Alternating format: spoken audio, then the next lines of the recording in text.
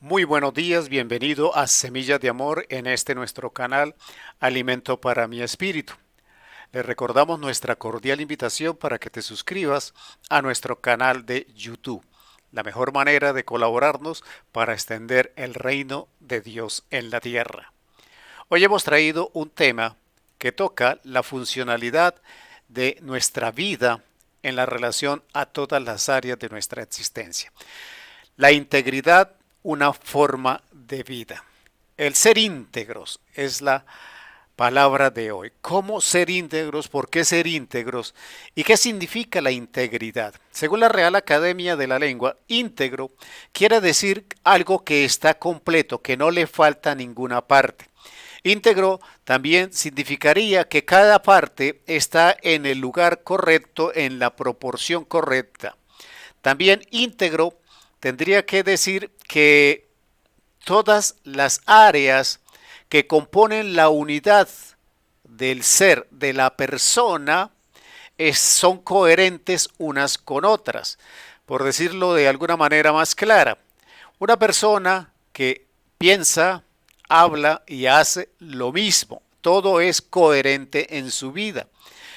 Quiero que vayamos a la palabra y miremos cómo la palabra nos indica la integridad como una forma de vida. La palabra dice en Proverbios 19, el que camina en integridad anda confiado, mas el que pervierte sus caminos será quebrantado.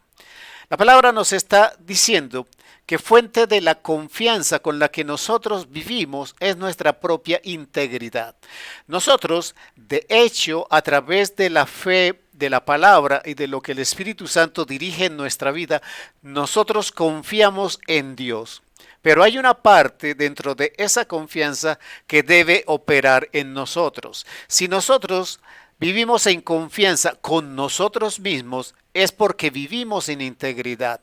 Pero si sabemos que no estamos viviendo en integridad, desconfiamos de lo que nosotros mismos hacemos. Si nosotros no vivimos en integridad, pierde valor nuestra oración. Si nosotros no vivimos en integridad, pierde valor nuestra relación con el Señor. Porque recuerde que al igual que la sabiduría, la integridad proviene del temor de Dios. La palabra también nos dice en Primera de Corintios 10:23, todo me es lícito, pero no todo conviene. Todo me es lícito, pero no todo edifica. Nosotros estamos en un mundo y nos debemos mover en este mundo, pero nosotros tenemos que determinar en nuestra integridad cuáles son los valores ético-morales con los que nosotros vamos a vivir. Y nuestro principio de integridad es el temor a Dios. Entonces, nuestro fundamento ético-moral es la palabra del Señor, es la Biblia. Entonces, si yo estoy en el mundo, hoy en día podemos decir que casi todo es permitido en la parte natural. Todo se puede hacer, todo se acostumbra, así se hace, se maneja de esa forma.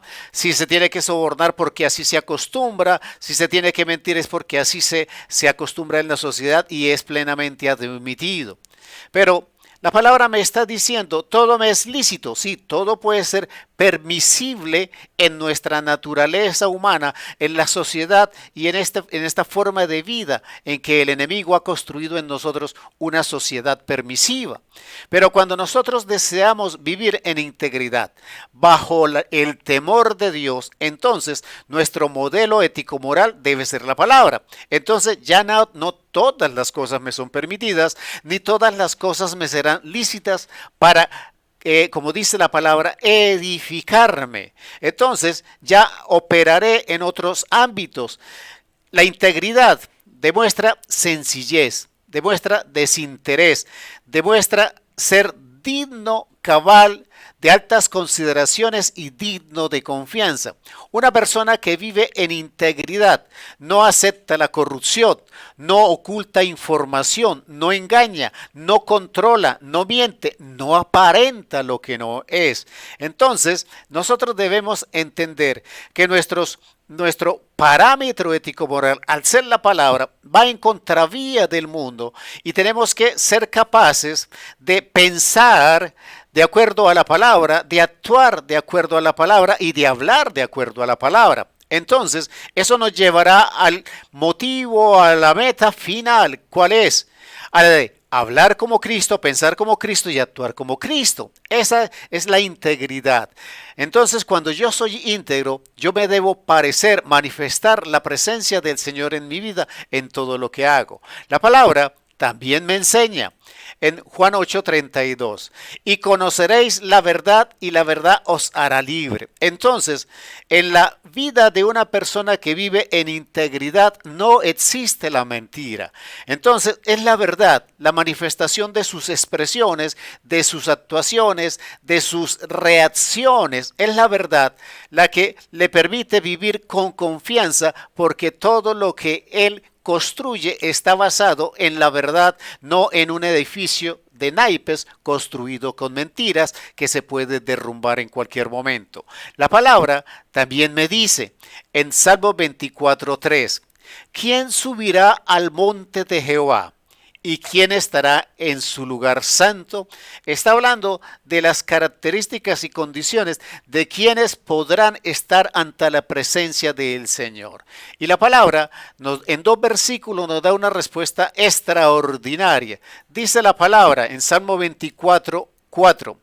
El limpio de manos y puro de corazón, el que no ha elevado su alma a cosas vanas, ni ha jurado con engaño. Agrega la palabra en el versículo 5, y recibirá bendición de Jehová y justicia del Dios de salvación. Entonces, lo que nos está diciendo la palabra sobre quienes alcanzarán la presencia del Señor, está hablando de personas íntegras, personas que no se prestan a las manipulaciones aún de la sociedad como costumbre, que no se prestan para jurar o para atacar personas inocentes sacando provecho, sacando tajada o por conveniencia. Entonces, nosotros debemos mirar la integridad como algo que tiene las siguientes características. Si nosotros tenemos que ser mansos y humildes como Jesucristo nos enseñó, la humildad no existe si no hay integridad en nuestro corazón. No puede uno ser una persona humilde si no hay integridad en su corazón. La integridad toma decisiones a largo plazo. La integridad nos ayuda a tomar decisiones conociendo que si yo no soy íntegro en este momento determinado, quizás adquiera o tenga un beneficio temporal a corto plazo, pero a largo plazo sé por mi integridad que lo que yo hice traerá consecuencias permanentes y seguramente si no las corrijo en mi vida tendrá consecuencias eternas. Entonces, la integridad es la forma de decidir pensando en las consecuencias permanentes en mi vida.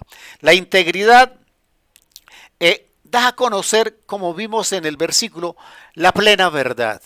Muchas veces la verdad no la decimos completa, la distorsionamos, la decimos a medias, la cambiamos de contexto con tal de que nos beneficie.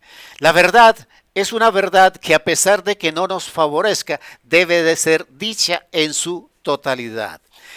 La integridad es una estructura en nuestra vida que no nos permite excusas, que no nos permite pretextos, que no nos deja afectar por la presencia de los demás.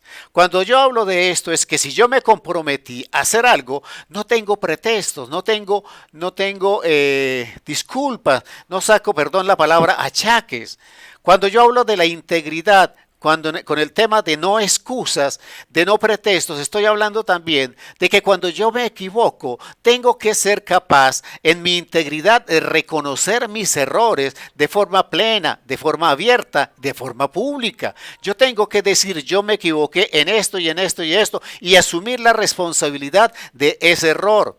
Quizás no traiga muchas consecuencias, o quizás sí, pero tengo que ser lo suficientemente íntegro para asumir la responsabilidad de mi error. No puedo ser afectado por los demás porque mi integridad como principio me lo impide. Por eso, en el temor de Dios, vivamos nuestra vida en el modelo de vida de integridad que Cristo nos enseña. Amén, amén y amén.